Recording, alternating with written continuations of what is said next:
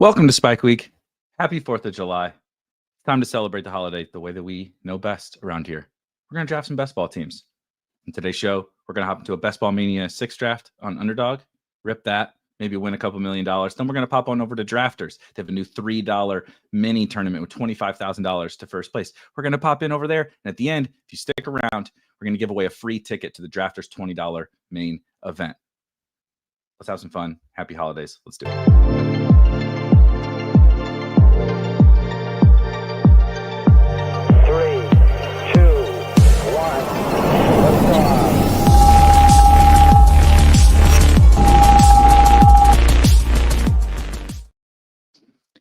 As I said, happy holidays to everyone. Is that the appropriate phraseology or whatever? Welcome to Spike Week. I'm, of course, Eric Beinfor. We're not going to do a nice long monologue today, as I tend to do. We're not going to dig into the specifics of Darren Waller and Johnny Smith and Will Shipley and all of that. We're gonna rip some drafts. As I said in the intro, in a few minutes, I will post a link to a Google Sheet of which you can enter your username to be entered to win a free ticket into the Drafters main event. We will give away the ticket at the end of the show. We're going to draft the BBM team. We're going to draft the Drafters team. We're going to spin the wheel of everybody that is entered to win the free ticket. And voila, you can win a $20 free ticket just for hanging out with us here. And shout out to our good friends over at Drafters for allowing us to give away those tickets. Let's go ahead and hop on in to the Best Ball Mania 6 draft. We'll do a little 20 seconds. We can push the limits on a holiday. We're all off work. Am I off work? I don't know. Is this work? I'm not really sure. Looks like we only need 2. RGT says you're a sick man for streaming on the 4th of July, and I'm sicker for watching. Yeah, I mean, when your career is doing all of this, it's hard to make the excuse that like you're busy on the 4th of July at 9 a.m. local time. The barbecues haven't started yet. We are going to my neighbor's house. Shout out my neighbor. She was born on the 4th of July. So we're celebrating, shout out Heather. We're celebrating Heather's birthday as much as we're celebrating the 4th of July today. So it's even easier for me to do a stream in the morning because our barbecue, if you will, today is 20 feet away. We walk next door. So the most important thing today, apologies for being a minute or 2 late, because the most important thing today is the dogs. I mean, the dogs are the most important thing every day. No offense to you guys. I love you. My dogs are more important. But on the 4th of July, take care of your pups. Tire them out as much as you can. Protect them from the big booms, the big scary sky booms. Find a place that keeps them safe and keeps them calm. I have found CBD for ours to work quite well. We already had it last night. The town that I live in did their fireworks display last night. So, and it was going on till like, it wasn't the town fireworks display still going on to till this time, but people were still lighting off fireworks until like 1:30 in the morning. So it's just absolutely painful. But take care of the dogs. Take care of the dogs today. This may be a holiday for everyone else, but it's not so much of a fun holiday for your pups. Nick says, I'm working through noon. Busy time. Somebody else, RGT's mowing the grass. That's such an American thing to do, by the way. Sure, let's do Malik Nabers.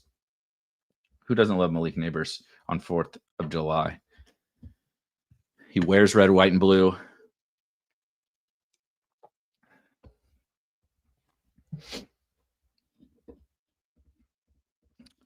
Charisma says Puka time. Looks like Puka went 7th. I do love Puka Nakua. That is for sure. Yeah, South posting the hot dogs, fireworks, and beers. No hot dogs for me. Spoiler, as I'm sure you could have guessed. There you go. That's a good one. Nick says you have to draft Drake May and TreVeyon Henderson. I mean, I like those guys anyway, so I'm game. I'm game for that. Why don't we scroll it down a little bit, get something a little bit different this time, huh? You know what? Let's do everybody takes Tee Higgins at the 2-3 turn, and maybe he'll fall right into the middle of the third round or something, but he's so strapped to the 2-3 turn, and it makes me just like almost never take him. Not because I don't like Tee Higgins this year, like he's fine, right? Tee Higgins is going to have some. If Tee Higgins stays healthy, he's going to have some big games. He plays for the Bengals. He's a good player. Joe Burrow, right? We know the Bengals go Burr. But because of how insanely chalky Tee Higgins is at the 2-3 turn with Chase, with McBride, with Marv, with whatever, with JJ, with Saquon, he's so attached to the left side of the board that I just end up like not taking him very much. And as Charisma says, which in turn is making me not have an absolute ton of Joe Burrow.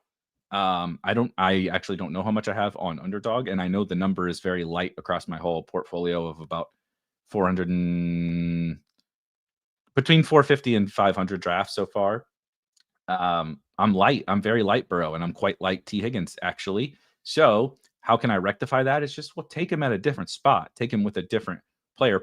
You have some intent or purpose around how you want to take that guy, as opposed to just saying, well, I don't take him very much, so now I'm just going to get my exposure. And it's like, if you get your exposure in a way that's just doing it the same that everybody else is, when you're not getting exposure because you see how chalky it is, that kind of doesn't make sense. So we're going to try a little something fun, pulling Tee up. We destroyed the board. Nick says the one spot went very different. Got JT. JT Chase is nice. It's available sometimes, but not a frequent combination. And then pulled up JSN. So that's a pretty fun. That's our good friend Moxie. Moxie is a spike weaker, a best ball sicko. He's definitely and see now I can. So Devontae, 29% Devontae with T, which is fine. But I don't have Devontae with Malik Nabers. So I definitely don't have this, as you can see, my final number on the hacker here, you see 0% on these guys, is my percentage with my round 1 and round 2 pick together, right? So it'd be what percentage of the time do you have this 1, 2, 3 start, those first 3 rounds? And obviously I do not have Devontae T. I have Devontae on, a third of my T teams, but I do not have Devontae T plus Nabers. And Devontae seems like a pretty perfect guy to do this little crazy Tee Higgins experiment with.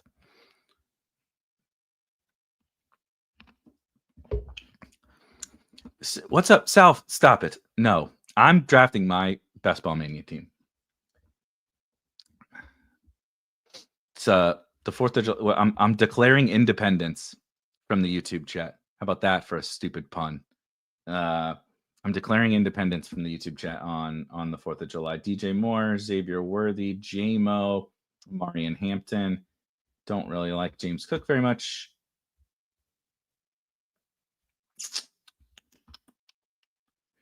I'm actually going to do Omarion Hampton here. Pull him up a ticky.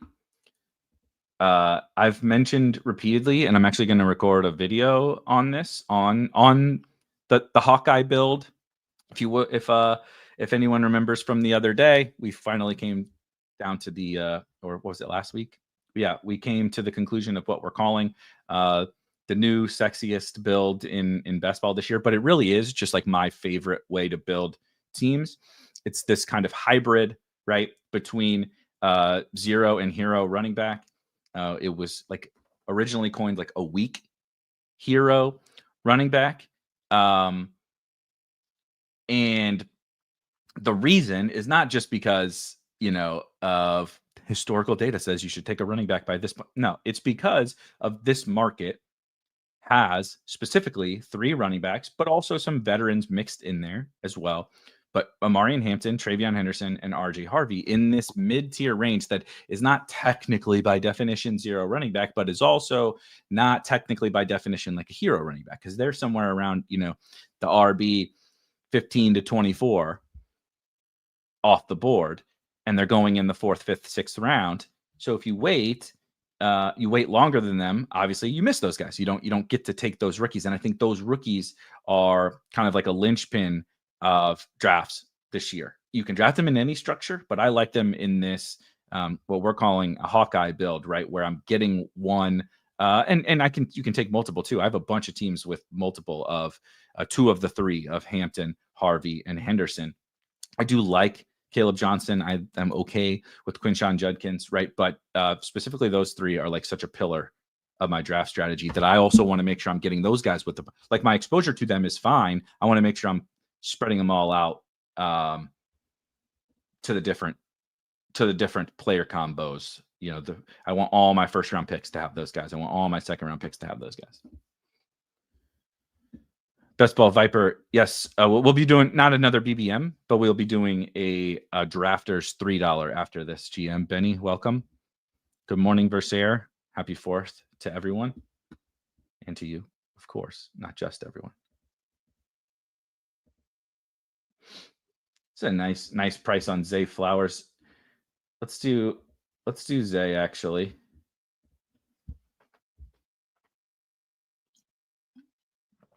I've seen Harley. I don't know if Harley Q, if you're in here. I've seen the Harley Q name before. Obviously, we got our guy D-Lou in here. I know we got Moxie in here. If anybody else is in the draft, go ahead and pop it in the chat. Say hello. Say hello. Let's see. People are still underrating Adams. Yeah, like the age part of Devontae Adams is certainly a risk. But how I always think about it is, and I think what's crazy is it's become the older guys. Now, there's a cutoff of this, right? We talked about Darren Waller the other day. So I am going to take Burrow. Look, I have not even drafted Burrow in BBM. I'm only like 30, 40 in 35, 40 BBM, something like that in. So it's not a big sample size, but this is my first Joe Burrow team in Best Ball Mania this year. So it tells you about how I've been kind of handling those Bengals. I take Jamar Chase. I have a little bit of Tee Higgins, but I haven't been stacking them up because of just how frequently they're paired together. So if I want to pair them together, let's move them to a different part of the board and get them with different players that nobody else is doing that with. So that's kind of my plan of attack for the Bengals stacks this year. I'm going to try to get some, but when I do it, I'm going to try to do it in different and thoughtful ways. But yeah, Devontae Adams with the old players, what I think has happened, like I said, there's a cutoff of, Zeke. I mentioned Darren Waller, frankly, Travis Kelce. Travis Kelce could potentially fall into this, but I think he's still a little bit pricey relative to the tight end landscape. But then there's aging players. So like Keenan Allen last year, Devontae seemingly every single year. It's possible. We did it with Adam Thielen, whatever. There's certain guys who their age is a risk. It is definitely a risk, right? Because it can just go. Like it kind of just went for Travis Kelce. It can just go for somebody at that age. And it's hard to see coming. Neither growth nor decline are linear. It's generally the opposite, right? Growth is going like you're kind of going like this, like, oh, I got better, and then maybe a little bit worse. Then you figure just shoots up, you figure something out. But decline is also the exact same way, where it's like, nope, he's fine. Oh, he actually made a little surge. He's fine. And then it just goes, right? You've all probably felt this in your own bodies. I sure do. I think everybody does. Like I could not do the things that I could athletically now that I could even do 5 years ago. Certainly not 10 years ago. So it just happens. You can't see it coming. But that is a risk. That is one way risk happen. That's one type of risk. There's other kinds of risk. And so we don't think Jackson Smith-Njigba is going to just fall off, right? Because he's young, and that's just really would be a silly thing to expect.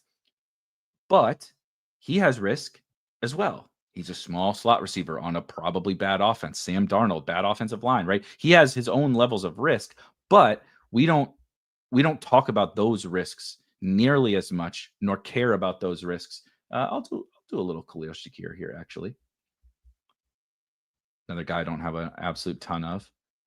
we don't talk about those other risks, right? Garrett Wilson's risk of like, are the Bears ever going to throw? How good is Garrett Wilson really? I don't think we've answered that question yet.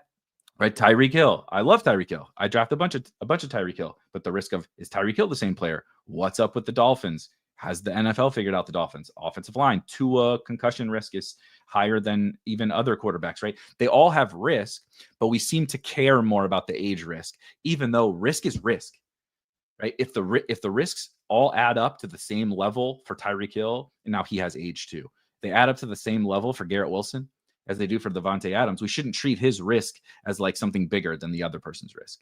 And so I think it's something case by case, that not every old player is a good pick. But there are certain older players who I think have become actually advantageous. Whereas even just 5 years ago, probably less, 3 years ago in fantasy football for sure, but in best ball, the old guys were often really terrible picks, actually. He says as he drafts Emeka Egbuka again here.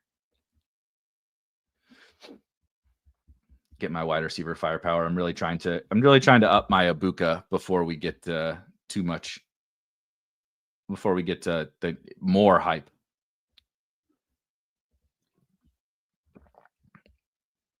Lots of GMs. Welcome everyone.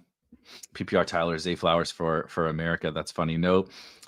Happy 4th. Turned 37 and immediately bought stock in ITI. Yeah, it wasn't for me actually, but my wife is having some shoulder problems, and I have I think I've made this known to everyone. I have a terrible back, and so I hurt my back fairly frequently. But the beginning, in like January or February of this year, I hurt it pretty bad, and so I was icy hot for days. And just the other day, I had to go and I'm like, I got you.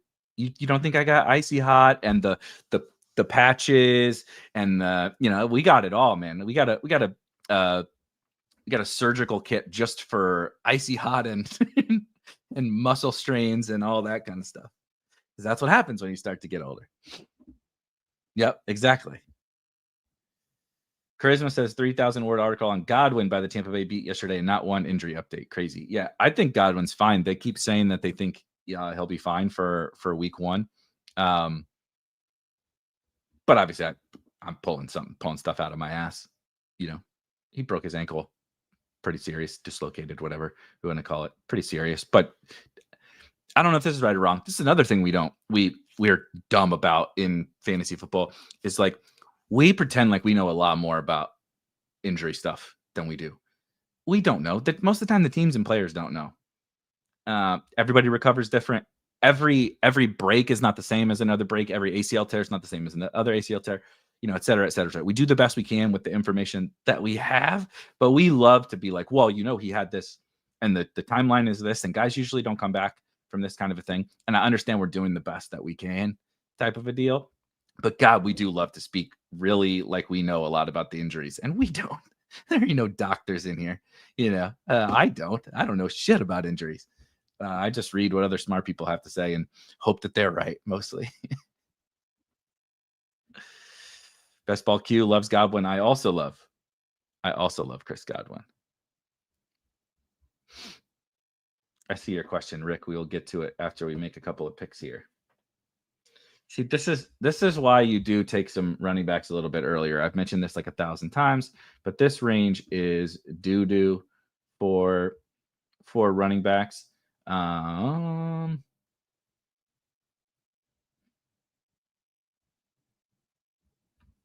Let's do Etienne, who I don't really love, but I'm going to get a little bit of I want to get a little bit of all the Jags. And the quarterback thing is not perfect in this tier for me, given the fact that I took wide receivers from a bunch of quarterbacks who are off the board, and then Russell Wilson. So we'll see how we can close out the quarterback room, but I'm not sweating it just yet. I do want to look at some of the tight ends here, seeing as how I said the running back is bad. I don't really need a quarterback, and I don't really need a wide receiver. So again, another D-Lou takes May. I was thinking about taking May on the bring back, though I do have a lot of May with these guys, but May is someone you can backstack fairly easily, whereas these other guys are not. Dak, Dak would be Ferg, which is fine. I don't love it. Goff would be Tesla. Herbert is really Trey Harris and QJ, which is fine. And I do have Hampton, so Herbert, is in play to me here for sure. He's on my short list, though I do have 20% Herbert with a kind of a lot of these guys, which is okay. I have 17% Herbert in BBM, so that's to be expected. Engram makes sense. Actually, I don't have enough. I don't have enough Zach Charbonnet. Let's do a little Zach Charbonnet action here. Bouncing back and forth between the sites and the different tournaments is always a trip because, like I was just doing this morning, I got the Superflex contest, by the way, is about 98% full. I went and checked that out this morning because I'm not going to get to a max because I'm just not. But I was going through making 10 or so slow draft picks in the Superflex puppy, and you go through there and you're looking at your exposures, and I'm like, oh man, I'm really overweight sharps because of my strategy there. And then I come over to BBM and I'm like, oh my god, I've taken sharps one fucking time in all of Best Ball Mania, bouncing back and forth between the sites, right? And then I go over and I make slow draft picks on DraftKings, and my exposures are different over there. So it's always a little bit of a mind fuck. Sorry for cursing. Someone in the YouTube, actually was over on the Legendary Upside YouTube, said, can we stop with the incessant cursing or something? And somebody else commented on there saying, like, there was like hardly any cursing in the show. What are you talking about? And I do curse too much. I admit it, but at this point, what am I going to do? Like, I am who I am at this point. There's many flaws and many things that I can work on and change, but the cursing just ain't gonna stop. But I found it funny to be like, I don't know. I don't think I'm cursing that much, but maybe that says a lot about me. Yeah, man, let me tell you what. If there's one thing that's a guarantee is that people are going to complain. That's it. Shout out Who Aims Travis. First live Spike Week from a tower crane. That's amazing. I see the picture. How high up in the air are you at the moment? Put you in the Guinness Book of World Records, the person highest up in the air, not in a building.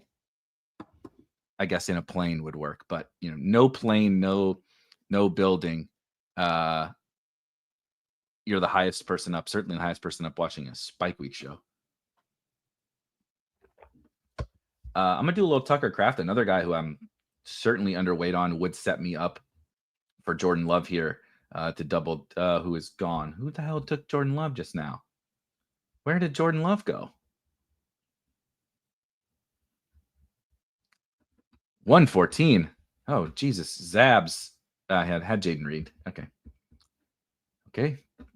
I'm not set up for Jordan Love, it appears. So I got to double back to the question from earlier. 150 feet. Oh, got to pump those numbers up. Those are rookie numbers. I imagine that you do have some bigger. Trying to get to the moon.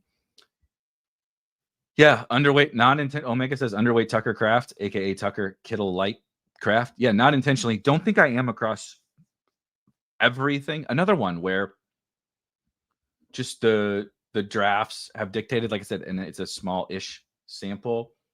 I'm gonna do Lawrence to close out quarterback. If Lawrence is my favorite quarterback, I do have Etienne on the team. We'll double back for this is a good Brenton Strange team. Being a kind of late, Tucker Kraft tight end 1.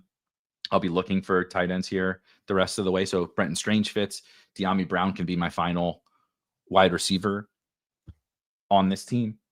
And Lawrence is my highest owned. And what I hope Lawrence is my highest owned, and he currently is, quarterback. So we saw that I don't have, this is my first Joe Burrow team. I want to get like kind of my core guys onto the Joe Burrow team if possible. I don't gotta force anything crazy, but I think Lawrence is a fit, et cetera, et cetera. This is I see what you did. The Asian baby. I see what you did there. Yeah, I like Kraft. I'm not gonna have like a oodles and oodles of Tucker Kraft, but I want to be overweight Tucker Kraft, and I have not achieved that thus far. So that's funny. That's funny. Green Bean. Shout out Green Bean. Best Ball Q has also been working on cussing less. Greatest success is finding non-curse word. There you go. I like that. That's good. That's a good, like, little cheat code there, little shortcut. I like it. See, this is how I feel. It's like it's a way.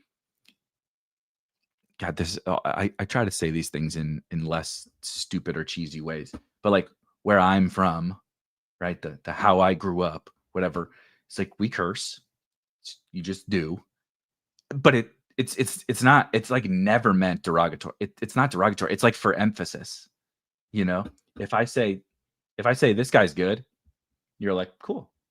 This guy's good. If I say this guy's fucking awesome, then it's like, oh, he's real. I'm just pulling strange up here because I don't have a lot of great options. Like, this guy fucking rocks. Like that emphasis. It's emphasis. The F word doesn't mean anything, you know. Or this guy's dog shit, right? Or this guy's bad. They mean different things. The emphasis, the power of it. That's just, I don't know. Maybe I'm weird, and I know where I'm from is weird, but maybe that's weird how we think about those things. But that doesn't seem to be the case to everybody. Of course you are, D-Lou.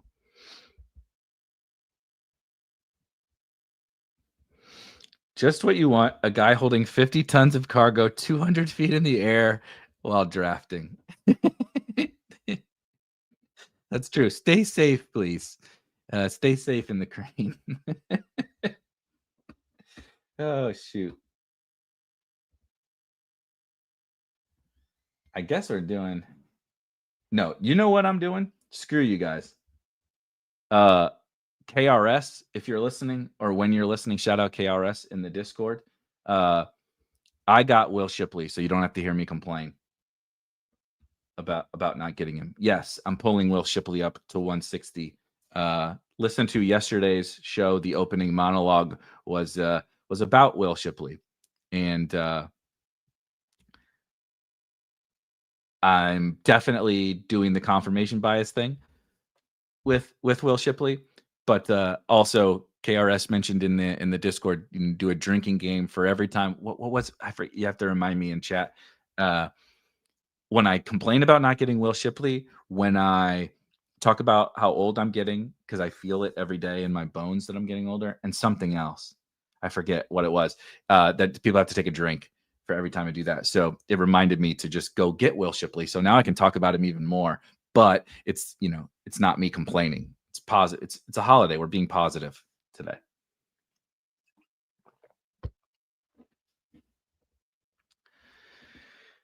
Sammy says, happy for sweet picture. Sammy says, happy for thank you for teaching the old man a few tricks. I support anyone involved with Peter Overzet.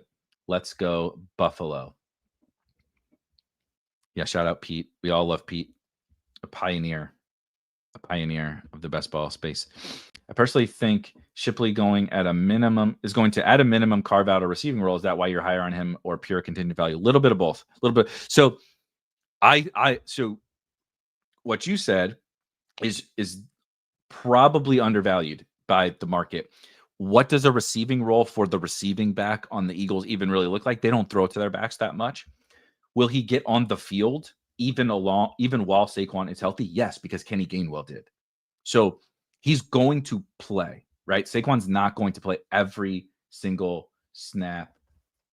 All right. Did you guys let me? God damn. Now who took Diami? See, now I'm complaining about not getting Diami. Sons of bitches. Let's do Alec Pierce to close out the wide receiver room on the opposite side of the Trevor Lawrence, Travis Etienne, Brenton Strange stack, and then we have Alec Pierce as my final wide receiver to close out a little game stack there. Let's see. There's the team view. Let me go to let's go to the playoff. So Jacksonville, Indy, Oh yes, look, I didn't even notice Shipley with Shakir and Zay with Tucker Kraft too. Look at that. See, you just stumble into some Week 17 correlations. Shout out to Draft Hacker that you can in the middle here show some different views, but the playoff view is certainly a good one. And Alec Pierce fits quite well into this Week 17 team. It's just running back time.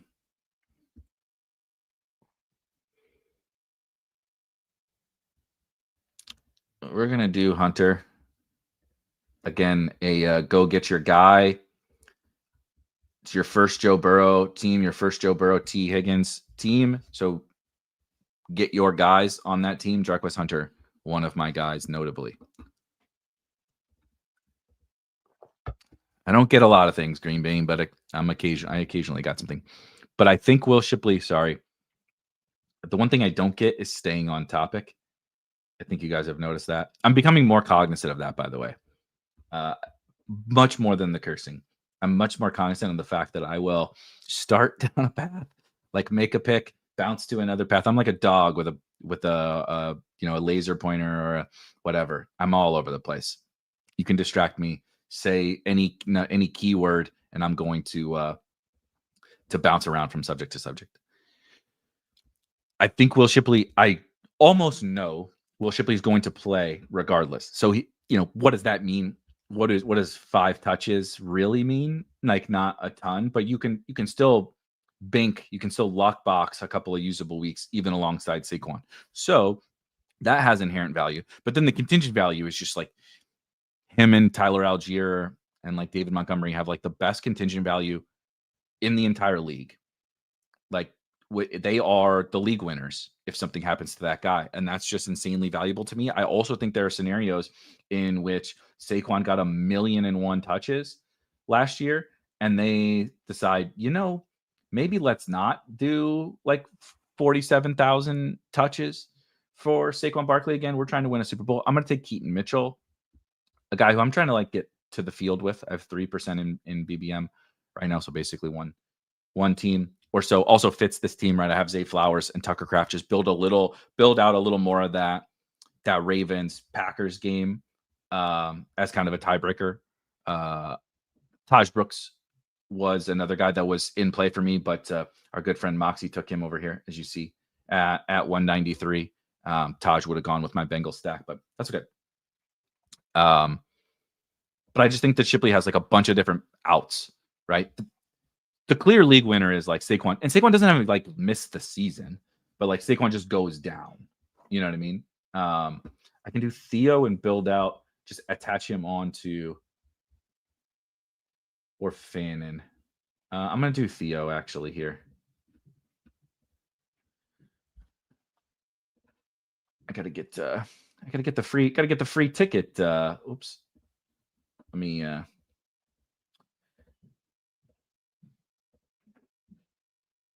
anyone with the link. All right. As this BBM draft wraps, I mentioned at the top we're going to do a drafters $3 here in just a second, but I just posted into the chat a Google Doc to where you just need to go into column A. I see some people starting to show up in the Google Doc. Go in column A and put your username, whatever you want to be, when I spin the wheel so that it's you that wins. After this drafters draft, I'll take all these names. I will put them on the wheel. We'll spin it. And whoever the wheel lands on will get a free entry into the drafters $20 main event. So I'll repost this a couple of different times over the course of this draft, but make sure you go toss your name into that. You don't have to have a drafters account. You can sign up for one afterwards. There's no terms, conditions, no nothing. It's just a free ticket. They're going to give it to you. I will send your information over after the show once we decide who has won. But really quick, I'm going to run down this BBM team. Mentioned that I haven't done as much Tee Higgins, and I really haven't done hardly any Joe Burrow, and a lot of that is because of how insanely attached they are to the left side of the board, how popular they are. And I think that they're just fine picks, not like awesome picks in and of themselves. So I don't want to full fade Tee Higgins and Joe Burrow by any stretch of the imagination, but I do want to be smart about how I do it. And so I am I'm going to move them around the board a little bit. So we got the 109, took Malik Nabers and pulled up Tee Higgins, got Devontae Adams in the 3rd round, took Omarion Hampton for our little Hawkeye build here. Zay Flowers falls in the 5th back to me. Then take Joe Burrow in the 6th, Khalil, Shakir, Emeka, Egbuka, Travis Etienne, Zach Charbonnet, Tucker Kraft to kick off tight end. Trevor Lawrence, quarterback 2, Brenton Strange stacked with Trevor Lawrence, of course. Will Shipley, just pulled up Will Shipley because come on, I'm sick and tired of being sick and tired of not getting Will Shipley. Alec Pierce, really would have loved the Ami, but Alec Pierce is a decent consolation prize on the opposite side of that Week 17 game to close out wide receiver for me. Jarquez Hunter, Keaton Mitchell, Jarquez, a secondary correlation with Devontae Adams, so it gives me another Ram. Keaton Mitchell, another Raven, right, to go with Zay, also correlates with Tucker Kraft in the Week 17 game. And then Theo Johnson correlates with Malik Nabers, right? If the Giants passing game is excelling, it's probably just Nabers, but we can bring Theo along for the ride, and maybe there's an extra boost there. Those are some little ways the little levers I like to pull at the end of drafts, right? Do Theo over, I love Harold Fannin. Do Theo over Harold Fannin because you have, like, when you have Malik Nabers or you have Wandale or you have Tyrone Tracy, do Keaton Mitchell over, I probably would have done Taj Brooks because he also correlated, but do Keaton Mitchell over, Jordan James. I very much like Jordan James, but instead of taking Jordan James on this team, you take Keaton because he fits from like a correlation and team building standpoint. Make it easier, get fewer things right on this team, and in order to try and win. Shout out Dorito. Says enjoy the 4th for everybody. No JPPs, no Jason Pierre-Pauls out there. We're gonna do. I respect. I apologize, Delu, but we are gonna do a $3. It's been requested. Hold on here. It's DraftKings. Let's go over to Drafters. It has been requested that we do a little more of the. Only one more into the Drafters $3. A little more of these lower dollar contests, but the free ticket that we are going to give away is, of course, into the $20. Looks like we got the 110. I'm just apparently attached to this side of the board. I see you in there, Delu. You got in here anyway. Yeah, Charisma says Barkley misses any week, Shipley will be 90% owned in TFS. This is the big thing, I think. Not just the 90% owned in TFS, but what that represents. In that, in best ball, we can win with these guys if they like the one perfectly timed Saquon sits out week 16, right? If Saquon sits out week 16, Shipley gives you 20, has his spike week that week, even like just a good game. Like that's enough. It's not, we want more, we strive for more. There's a lot more ceiling to these kinds of guys, Tyler Algier, Will Shipley, et cetera. It's a Jarquez Hunter, et cetera. The backups have a lot more ceiling than that, but they have outs to helping you in a bunch of ways that is just underpriced because we can't project them week 1 to do anything. But they could project. It's genuinely possible that these guys going later, Algier, Shipley, et cetera, are being lowly drafted because week 1 they don't look very good, and then in week 2 they look like certainly top 10 running back, maybe top 5 running back. Like that's how quick things can change at the running back position. And so just that inherently, that means the guy has an absolute ton of value.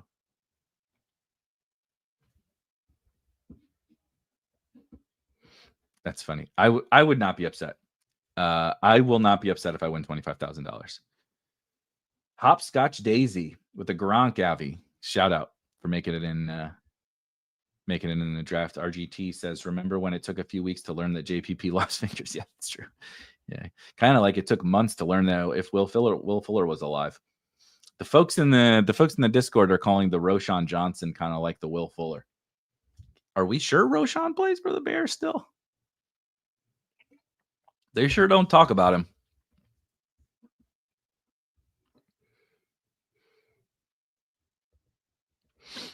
Yeah, I did not draft Will. I'm like so on Shipley, the prospect. I wasn't that high on him. Like I did think he's fine, but he like wasn't one of my favorite running back prospects ever. More of like a receiving back and decent runner, which is fine, which is kind of good for this current situation, because anybody can run through the holes that the Eagles give, and if he can bring pass catching, that's awesome. But yeah, the Philly landing spot, if you were drafting him last year in the big board, not good. Not good. I mean, it's good, but he had Gainwell in front of, right? The difference is Kenny Gainwell is gone. They replaced Kenny Gainwell with AJ Dillon, aka they didn't replace Kenny Gainwell, essentially. And they just have said, next man up, Will Shipley, you fill it in, right?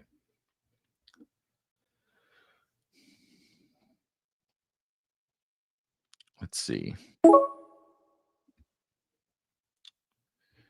13% Nico. Sure.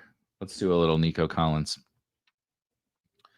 Not on drafters, but I'm going to put your username on the sheet because I'm a true fan. Well, I'm going to take my username out because I'm not going to give myself a free ticket, though I appreciate it.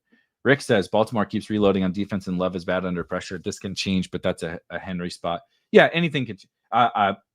I would classify it as not a very fun game generally, but like Henry has to be playing then.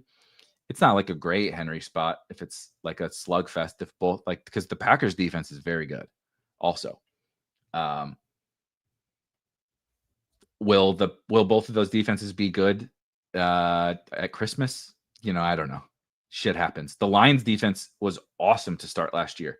That was one of my, like, I guess, hot takes, but the Lions have been so good, and they will continue to be because the offense is just really good. But they've been because of their I should have looked at Tournament DB to get some.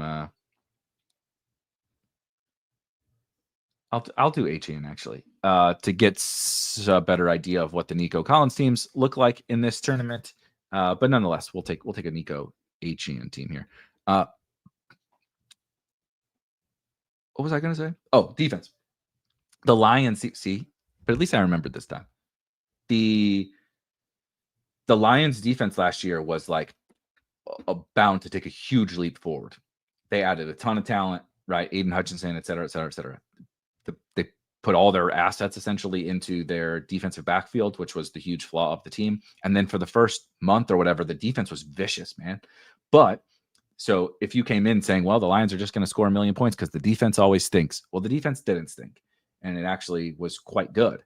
So they wasn't going to quite be the same Coors Field level scoring environment at Lions, at Ford Field for the Lions this past season. But then everybody got hurt on the Lions defense, right? Aiden Hutchinson snaps his leg.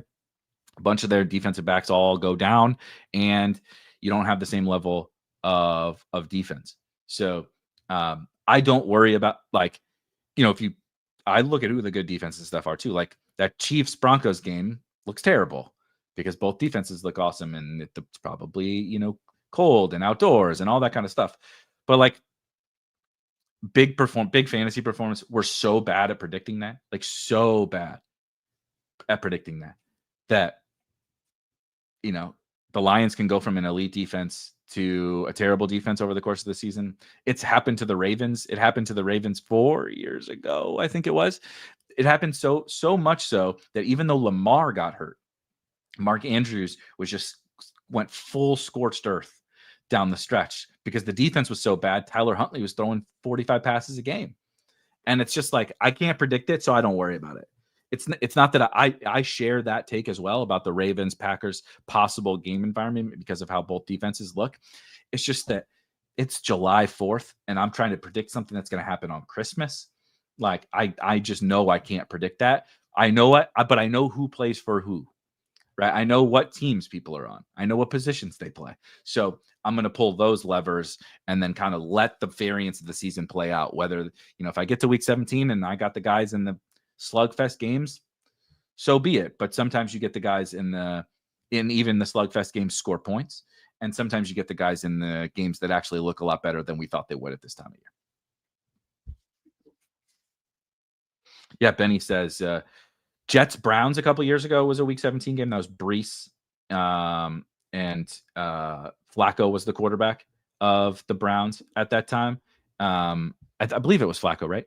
Because that was the year the Browns made the playoffs with Flacco, I think. But anyway, everybody, damn, McBride would have been fucking sweet.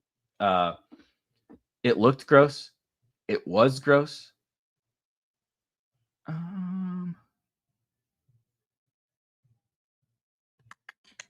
Let's see here.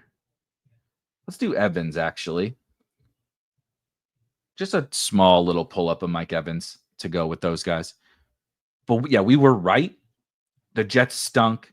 The Browns-Jets game had like a 36 total, and Brees went nuts, and Njoku went nuts, I think, in that game. And it's just like, we're just so wrong about predicting fantasy points this far out, and we're often wrong about predicting them the day of. so it's a weird one. Rick says there's an inflection point when the Week 17 games are with two really bad teams. Yeah, Steelers, Browns, get ready, baby. Get ready for Jonnu Smith and Harold Fannin nuking back and forth. Okay, now I'm going to do Kittle, though, because it's George Kittle. I like this kind of a start. A little rainbowy. It's not a total rainbow. We didn't quite hit all the colors. No quarterback, but I like that. I do like this kind of a start, even though I'm a zero running back ish bro. But also because of what it allows me to do with the quarterback position. If I'm not getting an elite quarterback, right? I got outs to Purdy, I got outs to Baker. They're like in this kind of pick 90 to pick 100 range, and then I got outs to a little bit later Stroud, and even later Tua. I think somebody asked in the chat earlier, do you like Malik Washington this year? Yes. And you can go listen to, you have to sit through some Darren Waller talk. But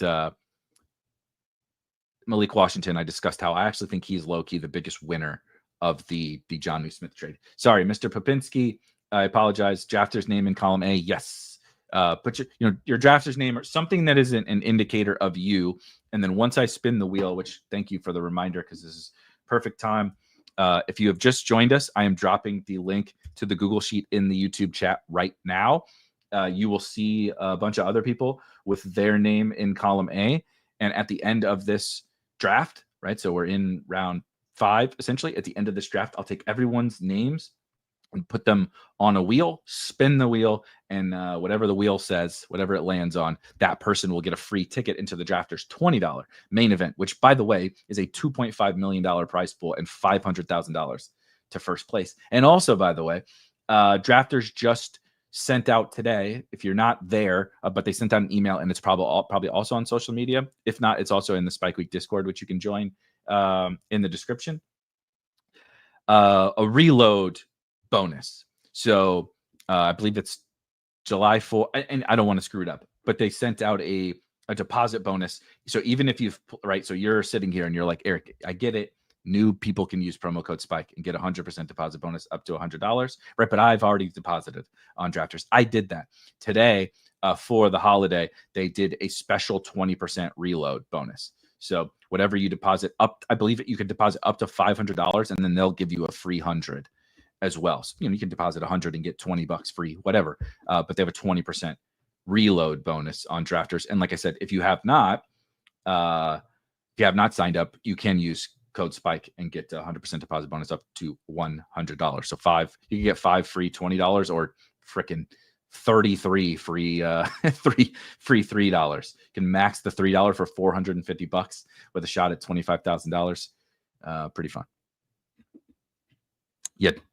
Don't post your social security number. You can post whatever you want there. I mean, if you want to give me your social, it's up to you. It doesn't bother me. Wow, I don't really like Courtland Sutton, but Courtland Sutton pick 58 on the right side of the board where nobody ever takes him. Yeah, let's do it, baby. I'm in. I know I really want to come around this turn here,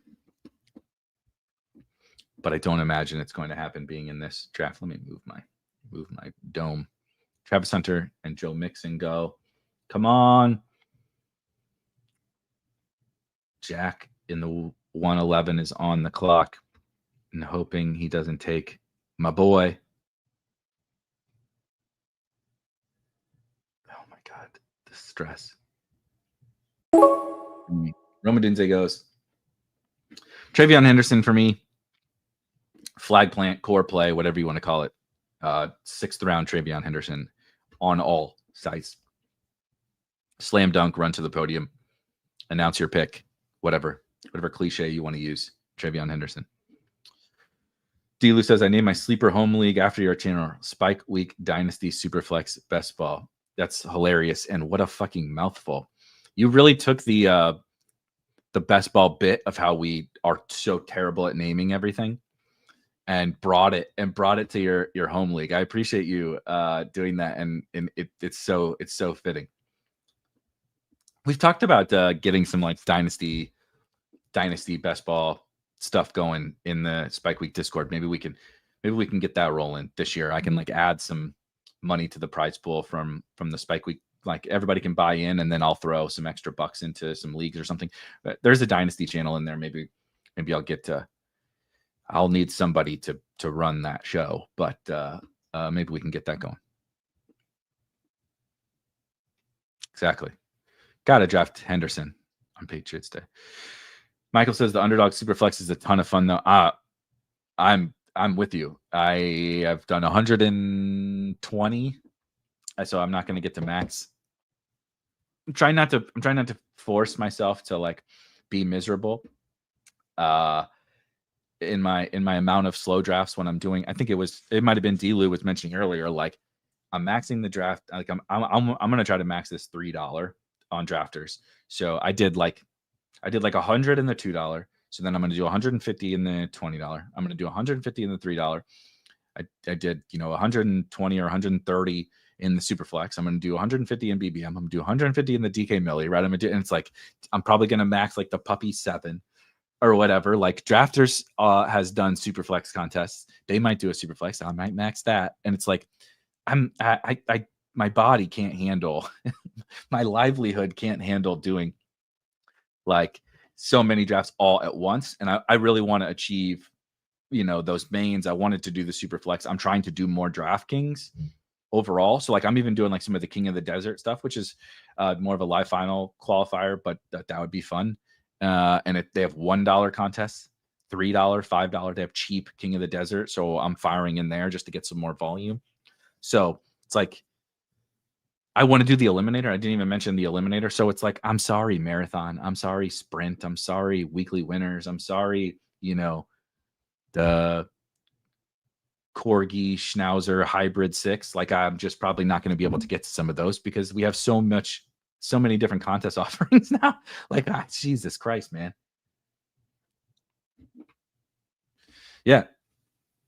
Rick says to max all of them, one must turn into a slow draft best ball Burrow. I mean, you don't have to, but it's very difficult without doing it to max all that stuff, right? If you just like want to max a couple of them or something, yeah, do a couple drafts a day, no big deal. But God, it's rough. Michael said only did 2. I want. Oh, Pearsall comes back. I do have a bunch of Pearsall, but I don't care. It sets up Purdy for me. Now I just have to decide if Purdy will come back to 106. Probably not. Its ADP is 105. I got to decide how friendly I think this room is. How much are people going to stay in their lane? I think there's nobody here. Well, I do like Jayden Reed, though I have 100% with but Jayden Reed would give me. I think I'm going to do Jayden Reed, even though God, I have way too much Jayden Reed with this side of the board. I need to move him around a little bit. But I probably need to get a little bit more Jayden Reed. He gives me the outs to if Purdy doesn't fall, which of course my goal is to get Brock Purdy on this team. If Purdy doesn't fall, this at least gives me another quarterback out, right? Then I would have Stroud. Stroud, technically Knicks could fall also. But now I would have Jordan Love in my back pocket, right? Drake May and Tua also in my back pocket. So it's kind of the way to have my cake and eat it too, or hopefully have my cake and eat it too. I can get a good pick at wide receiver here, a little after ADP, a guy I want more of, even though I need to get him with some different combinations of players. And then hopefully Brock Purdy falls back. Yeah, the rabbit. Yeah, the fat dude. See, that's it. We got fast draft now. I want to do a bunch of the fast draft stuff. It's like, yeah, this is what I do though. Delu says you just have to spend your whole summer drafting like me. Yeah, this is the problem. I do already like spend my whole summer drafting. It's just I'm full transparency, trying. There's another thing I say a lot, by the way. I'm trying to like do more like human stuff instead of sitting in my fucking basement drafting best ball teams. Also, like, it's nice outside.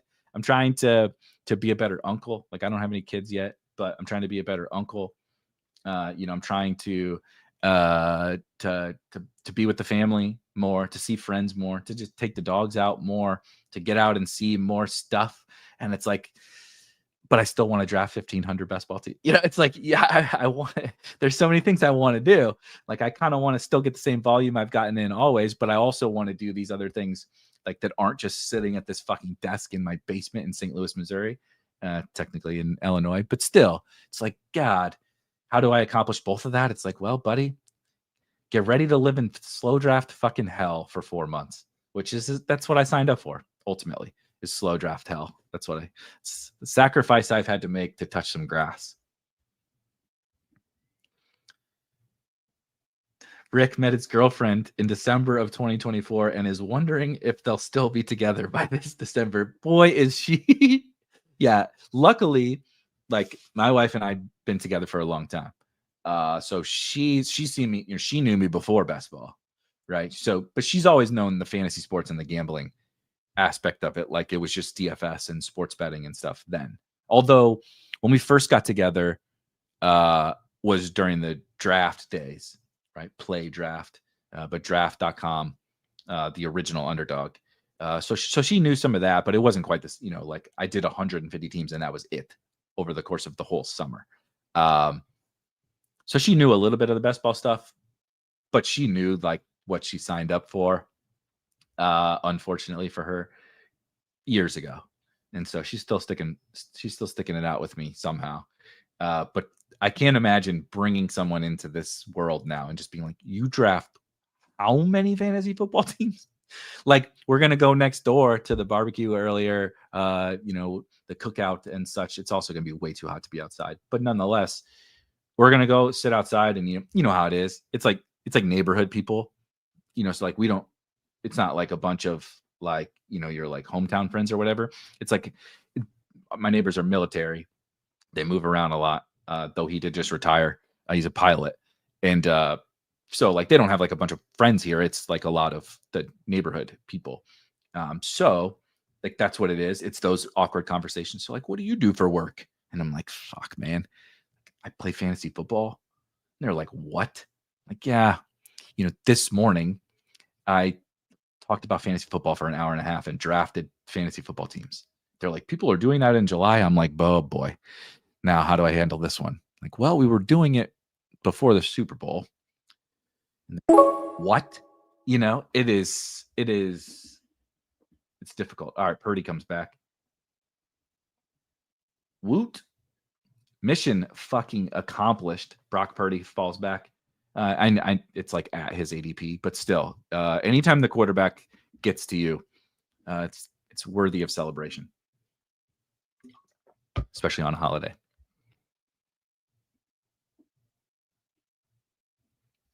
Delu says, if you won first place in BBM, would you not draft as much next year and live touch grass? No. So, well, the tax rules are changing, so I would have to consult my accountant. But I know historically, my mom's an accountant.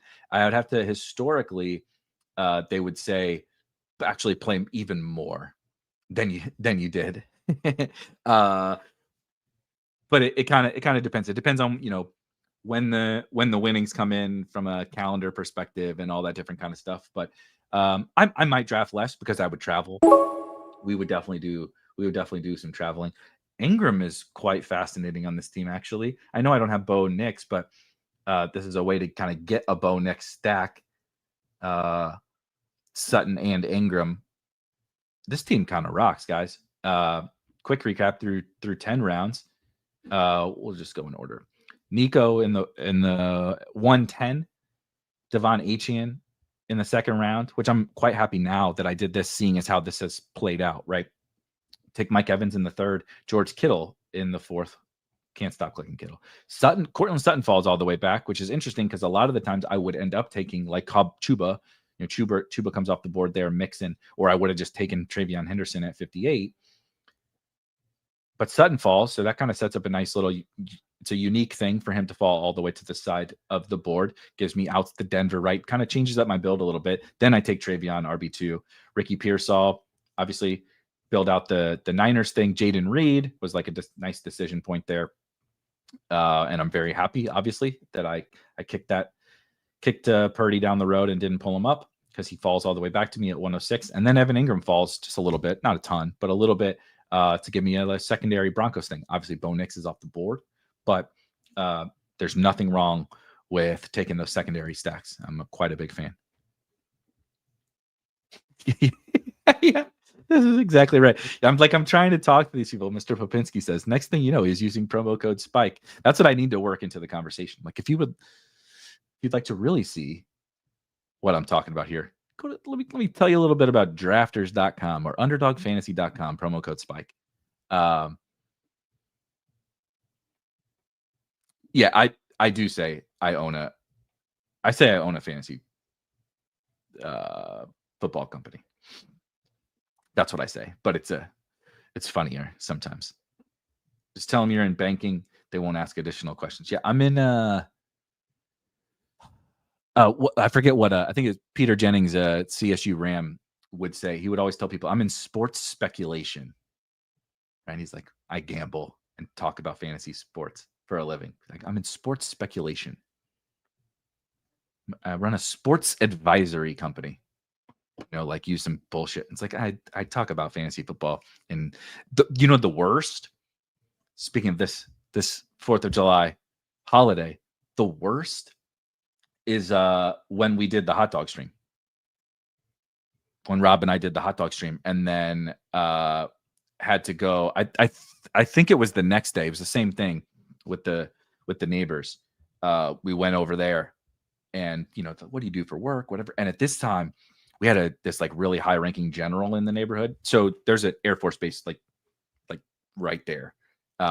It's very, very close to my house. So our neighborhood is very military. A lot of Air Force people move in and out of our neighborhood. And we had this like really like high ranking general. And he was like a very serious person. Now my neighbor is not. We joke around a lot, and a lot of the other people in the neighborhood are kind of like us. I mean, not fantasy football sickos, but kind of like us and like fucking around. But this guy was like stone cold serious, and I didn't know him yet at all. And we're talking. I didn't know his status or whatever. And he's asking me what I do for work, and I'm telling him. And damn, Tucker Kraft. This would have been another sweet Tucker Kraft team. I'll take Tootin though. It is getting to the point in the conversation where like I am feeling a little more comfortable talking to him about what I do, because he seems to be inquisitive. Oh, it's like, oh, that's interesting. That's a thing or whatever. And I'm like, oh yeah, you won't guess. Actually, yesterday we did a YouTube. We were streaming, and me and my buddy, we did like our own 4th of July hot dog eating contest. For every time we made a pick in a fantasy football draft, we had to eat a hot dog. And I was like, I ate 8 hot dogs in like 15 minutes. And I was like, it was awful. I was miserable. Okay. Marvin Mims is a little too much. God, this spot sucks. We'll do Rachaad White. I don't have much of him. Don't really want to have much of him. But I kind of want to not do Lawrence again, even though I could have done Tootin Lawrence again. But I want to see if I can push quarterback one more turn. And Rachaad White, of course, as you see in orange, correlates with Mike Evans, gives me another buck here. But we're getting deep into the conversation, and I'm like, yeah, this is kind of some of the silly stuff, right, that we do in the fantasy football world. And I'm talking about dipping hot dogs in water live on the internet while drafting Michael Gallup or whatever. And he's just like, that was it. Like, we were never going to be friends from that point forward. This was no longer an interesting career to him. Like, this high ranking general in the Air Force is talking to some guy who just fucking shoved 10 hot dogs down his gullet and was dunking the buns in water like he was Joey Chestnut. Just disgusting. If you have just recently joined, GM, go green, etc. We are going to be giving away a ticket to the Drafters main event here in 8 rounds. Make a handful more picks, and I will spin the wheel with all of the names in column A on that Google sheet. If you are watching, go to the link in the chat that I just posted there to that Google sheet. Put whatever your username, some identifying information about you, not your, if you would like to give me your social security number, that's up to you. But, your probably your Drafters username or your YouTube username, whatever. And I will add all the names to the wheel at the end of the draft. We'll spin it wherever the wheel lands. That person will get a free ticket to the Drafters $20 main event, which is, as I mentioned, $2.5 million prize pool, $500,000 first prize. Wow, drafting Michael Gallup is wild AF. Best Ball on Call said, would like to see the look on his face progress. Yeah, I would like to see the look on his face progress. Yeah, the progression of the conversation of like, oh, I know, like, he's not a moron. Obviously, he's a very intelligent guy. Being like, I know about fantasy football, right? And that's cool or whatever. And then it going from you're like running a small fantasy football business to you're shoveling hot dogs and hot wings like on the internet. Like he thought I was like Steve-O or something from fucking Jackass, It went from this is interesting to you're a despicable human being who's very far beneath me in like the world, like really quick. I mean, he's not wrong, but that's how it felt. The progression of the like was hilarious.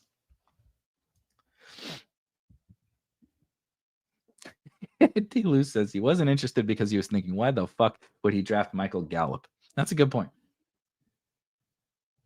Damn. My attempt to push quarterback failed spectacularly. That is for sure. So I'm just gonna do Sam Darnold because I absolutely it would be Darnold or Daniel Jones. I could try and wait on Daniel Jones, I guess. Let's see. I could take Wandale. I could take Wandale to set up. Daniel Jones is not on the Giants. What the fuck am I talking about? Let's just do Darnold. I think he has like actual upside, even though I really don't like it. Michael says, honestly, he might have liked Steve-O more. He would have found Steve-O much more entertaining. That is a fact. This conversation reminded me Gallup signed with Washington. Yeah, Michael Gallup is currently on an NFL roster. I'm not sure he's going to make it, but technically.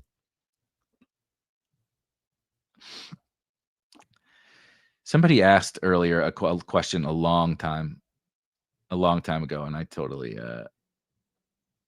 forget what it was. But yeah, the question about if you win BBM, would you draft less or whatever? I believe it's Logan, but I know it's El Gru. I apologize. Just absolute true legend status.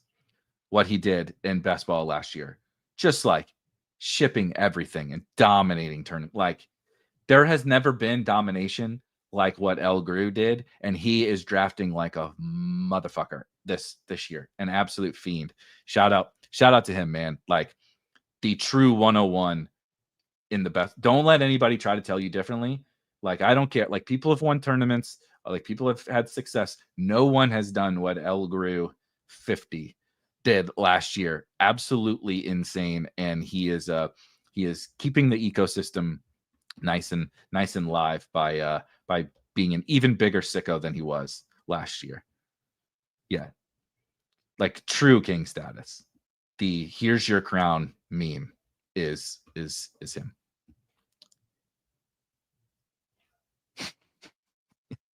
Yeah, definitely. He's a mega Bengals fan who just jammed them everywhere.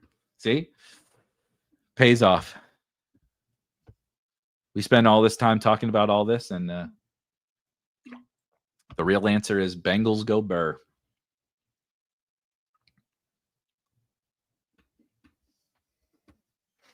Max says, my wife knew I was a fantasy football fanatic when she married me, but she still shakes her head at me on a regular basis.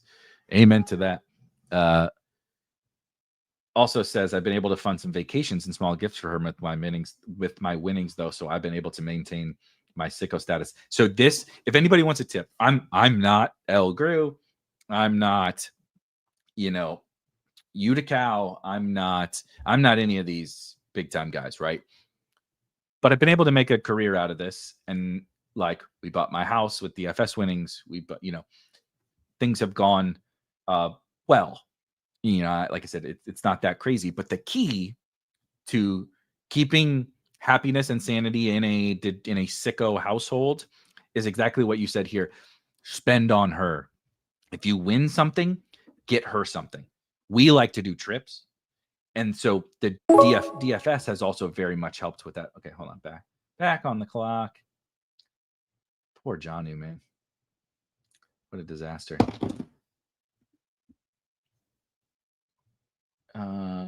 Okay.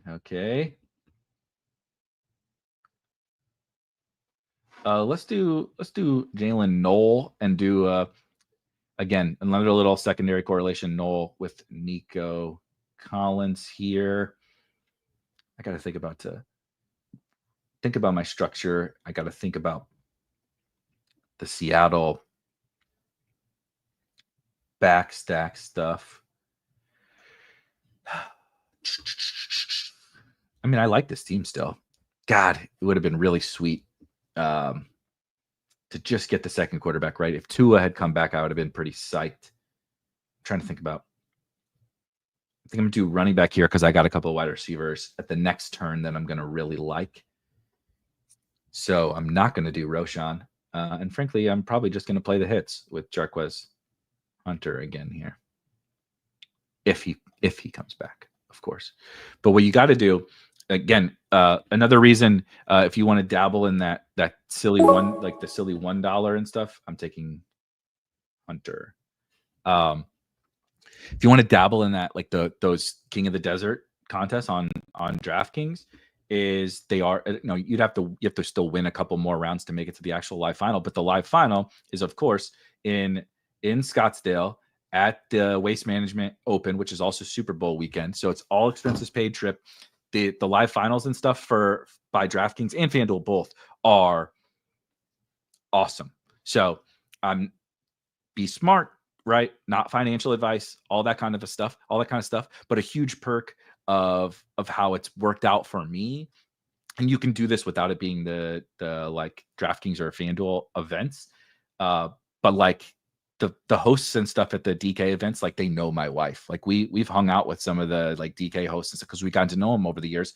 I've just been lucky enough to win a bunch of live final seats. Now I've never crushed it at one of the live finals, which is why I'm streaming best ball drafts here and not sitting on my beach, my penthouse at the beach on 4th of July. But we've gone to a bunch of those events, and I'm like, she's like, it's all worth it.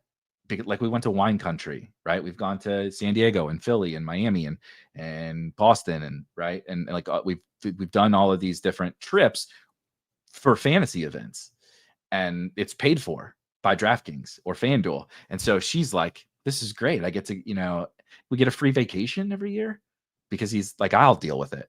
I'll deal with him at 9 a.m. on 4th of July talking about fantasy football. I'll deal with him, watching baseball games till 1 a.m. on a Wednesday night because I get something out of it, and it's usually something very fun, like a trip.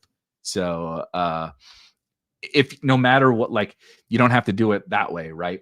But if you ever have any like success, it truly is like a cheat code, like treat, right? Because they have to suffer through a lot of shit for us for us to achieve sicko status, they have to deal with some ramifications of that are not really fair for another person to have to deal with. So we should, like, if you treat them, I think it works. It works quite well. Somebody asked me earlier, this might have been the question that I wasn't able to get to, but I'm taking Malik Washington. You saw Achane, right, on this team, but I think Malik is a really nice winner of the Jonnu trade.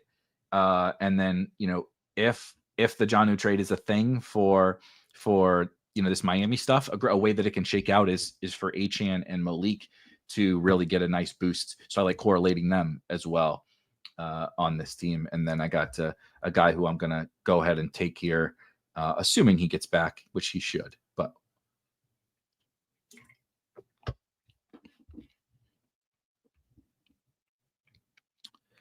Max says, can't spiral into deeper sicko status when you win. Enjoy the winnings and do something fun with your partner family instead of staying in the cycle of spending. Amen. Nailed it.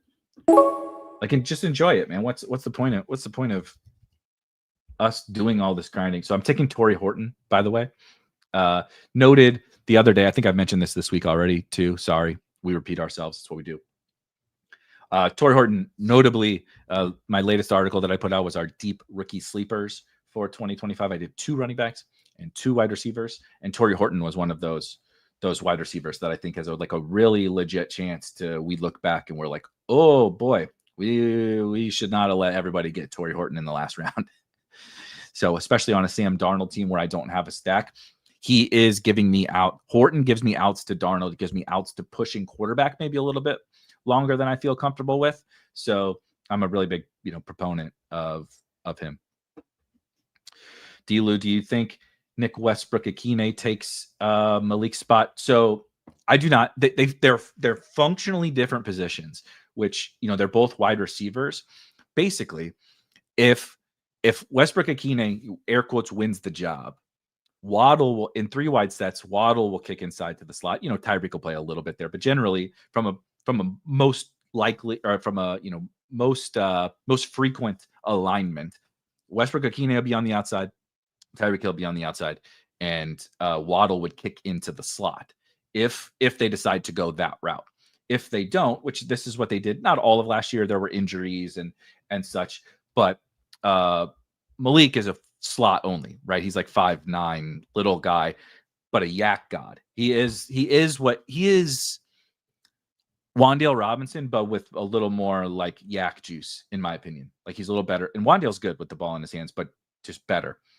Pop Douglas with a little more juice, or that's at least the upside case for Malik. He might not be as good of a receiver as those guys yet, but I think from a ball, when the ball's in his hands, I think he's got a little more upside at least.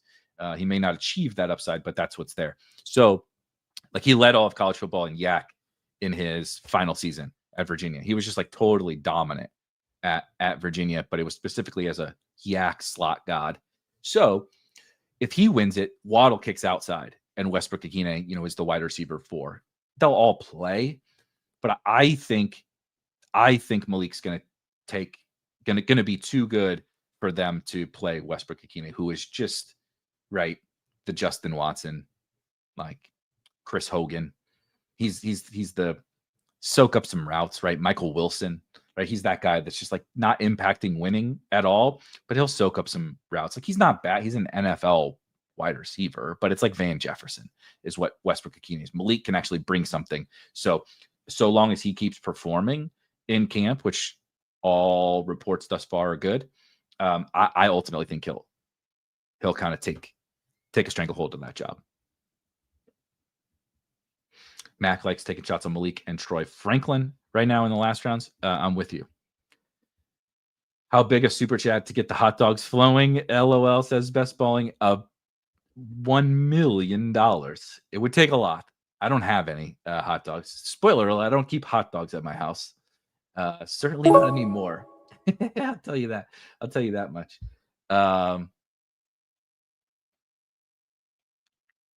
Tutu is not a bad fit on this team, actually.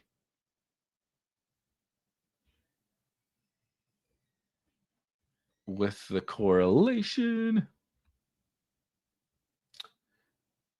but I'm going to take Jalen Royals because we got to stay true to my I got to stay true to my other deep rookie sleeper, Jalen Royals.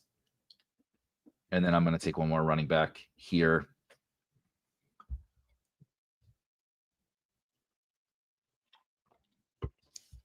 Friendly reminder, very last time I will post this, but if you have just joined and you would like to be entered to win a free $20 ticket to the Drafters main event, the link to the Google Doc is in the YouTube chat right now.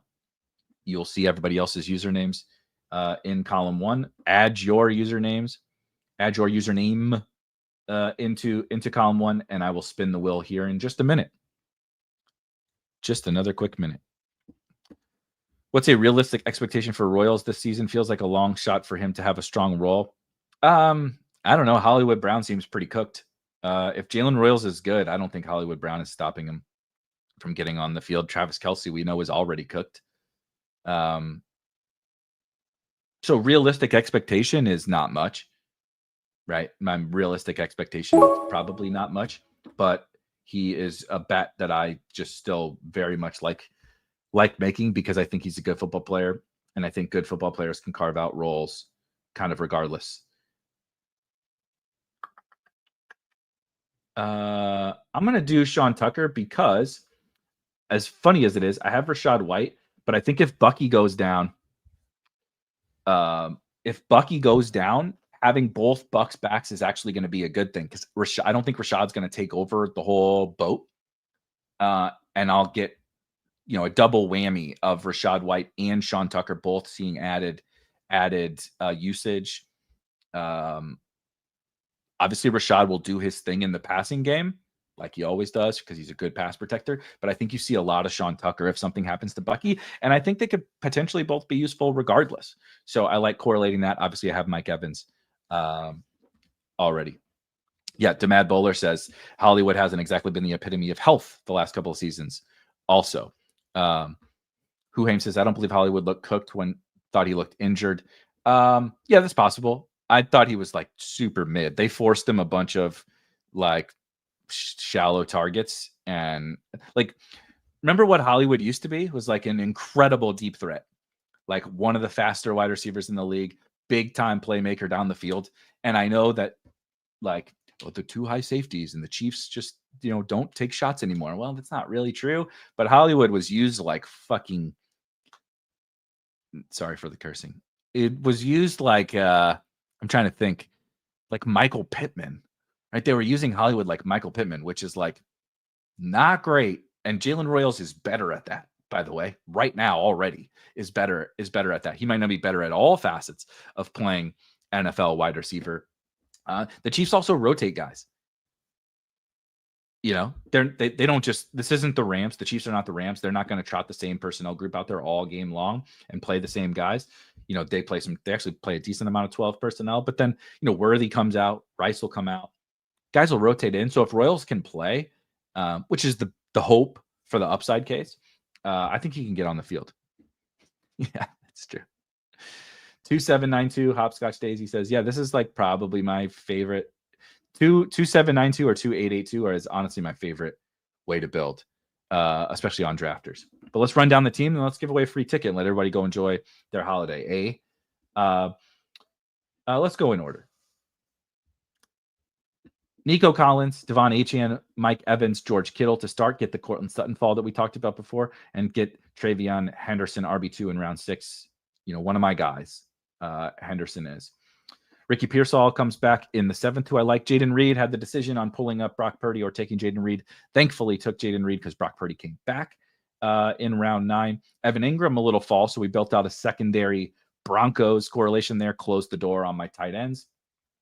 Bashal Tootin, Rachaad White, Tyler Algier. Didn't quite get the what we, I love the Tootin White Algier little triumvirate there, but didn't quite get the quarterback thing to pair out. But I think Darnold is a fine backstop, especially on drafters, where any risk that you feel, which I feel a lot of risk around Darnold, is he playing later and all that kind of stuff? Well, I have Purdy for that.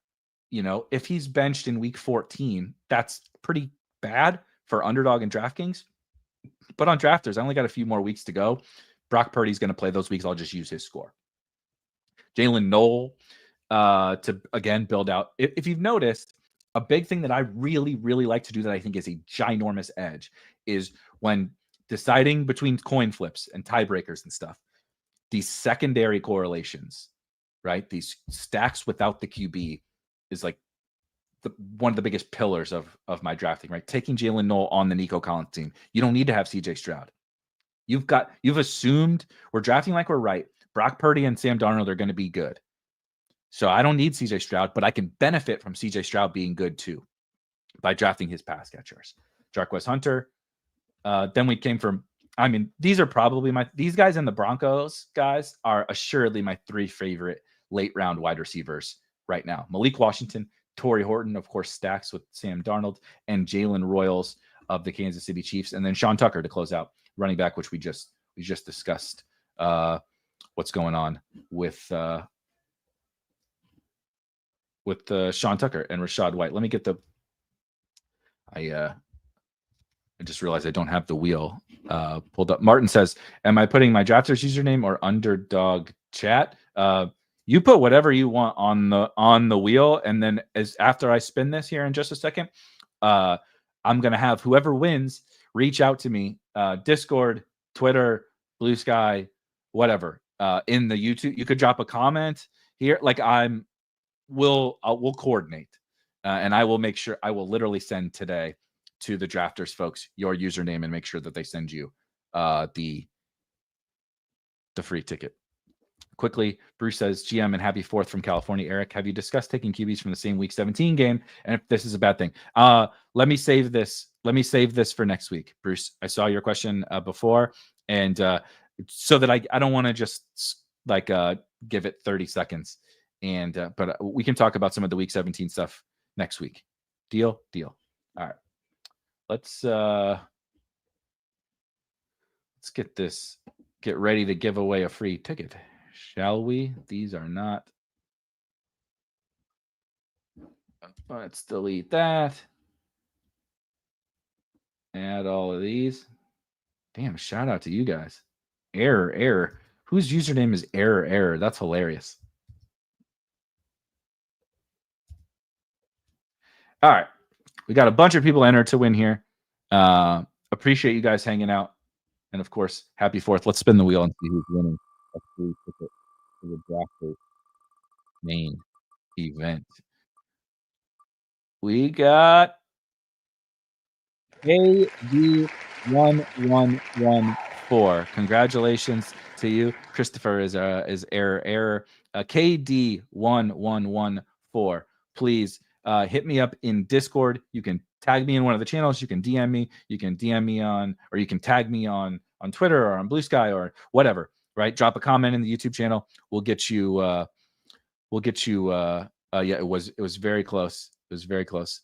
A shout out KD1114. Again, thank you guys for joining. Have a wonderful 4th of July. Stay safe. Keep your dogs safe, please. Be smart, but have a ton of fun. Rob will be back on Sunday for Sunday Sickos with another draft. And Rob and I will be back on Monday night for getting back on track with the Best Ball Basement. Hit like on your way out. Please hit like on your way out. And I'll see you guys Monday. Yeah, I'll see you Monday. Peace.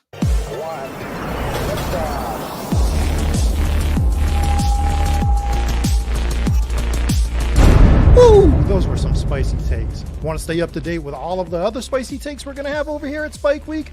Why don't you press that subscribe button below? If you turn notifications on, we draft a team, boom, you know about it. We have another spicy take, boom, you know about it. You can be there. You can draft with us. You want to stay up to date? That's how you do it. All right, we'll catch you later next time here at Spike Week.